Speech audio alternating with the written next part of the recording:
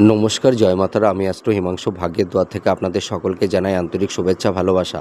আজ আমি যে প্রেডিকশানটি করতে চলেছি এটি সম্পূর্ণ মহিলাদের জন্য। যেসব মহিলারা আপনারা বিভিন্ন রকমের গুপ্ত রোগে ভুগছেন, গুপ্ত রোগ সংক্রান্ত মানে মহিলাদের যেসব গুপ্ত রোগগুলো তৈরি হয় সেই সব রোগে ভুগছেন এবং আপনারা দেখবেন আপনাদের শরীর স্বাস্থ্যটা খুব একটা ভালো যায় না।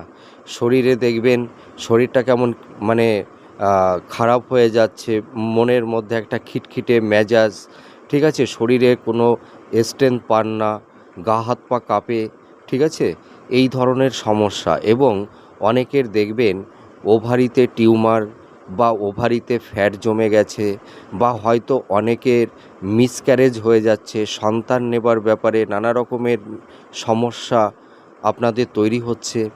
কেন? অর্থাৎ এই সমস্যাগুলো তো এইগুলোকে তো বলা হয় গাইনোকালি প্রবলেম।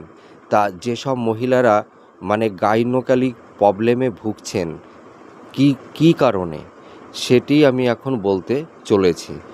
দেখুন, এইটা হচ্ছে আমাদের উচ্চস্থ মঙ্গলের ক্ষেত্র, এই যে এইখানটায়, আর এটা হচ্ছে শুক্রের স্থান, আর এটা হচ্ছে নিম্নস্থ মঙ্গলের ক্ষেত্র। নিম্নস্থ মঙ্গলের ক্ষেত্রে দেখুন, এখানে দেখবেন জাল সাইনও থাকতে পারে, বা এখানে শুক্ররেখা আয়ু রেখাটাকে কেটে দেখুন বাইরে বেরিয়ে গেছে, আর এটা স্বাস্থ্যরেখা, দেখুন স্বাস্থ্যরেখা এখানে ক্রস সাইন তৈরি হয়ে গেছে। আর আপনারা একটা খেয়াল করবেন, এই শুক্রের স্থান যদি আপনাদের বসা থাকে, গর্ত থাকে, বা একটা মানে কালো কালো ছোপ থাকে, আর এই শুক্রের জায়গাটা খুব বসা থাকবে, ঠিক আছে, ক্রস সাইন থাকতে পারে, কালো ছোপ থাকতে পারে, ঠিক আছে, জাল সাইন থাকতে পারে।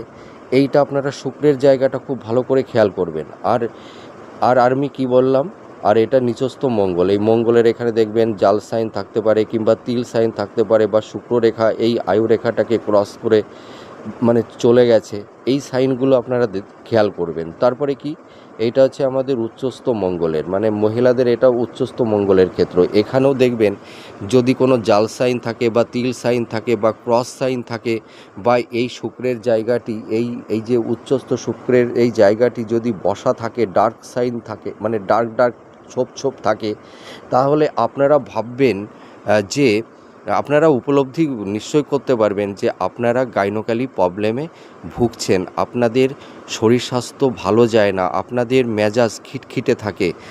এছাড়া মানে এই সব মহিলাদের সন্তান ধারণে নানা রকমের প্রবলেম হয়, অনেক সময় মিসক্যারেজ তৈরি হয়ে যায়, সন্তান গর্ভে আসতে চায় না। মিলিয়ে দেখুন। জয় মাতারা, সুস্থ থাকবেন।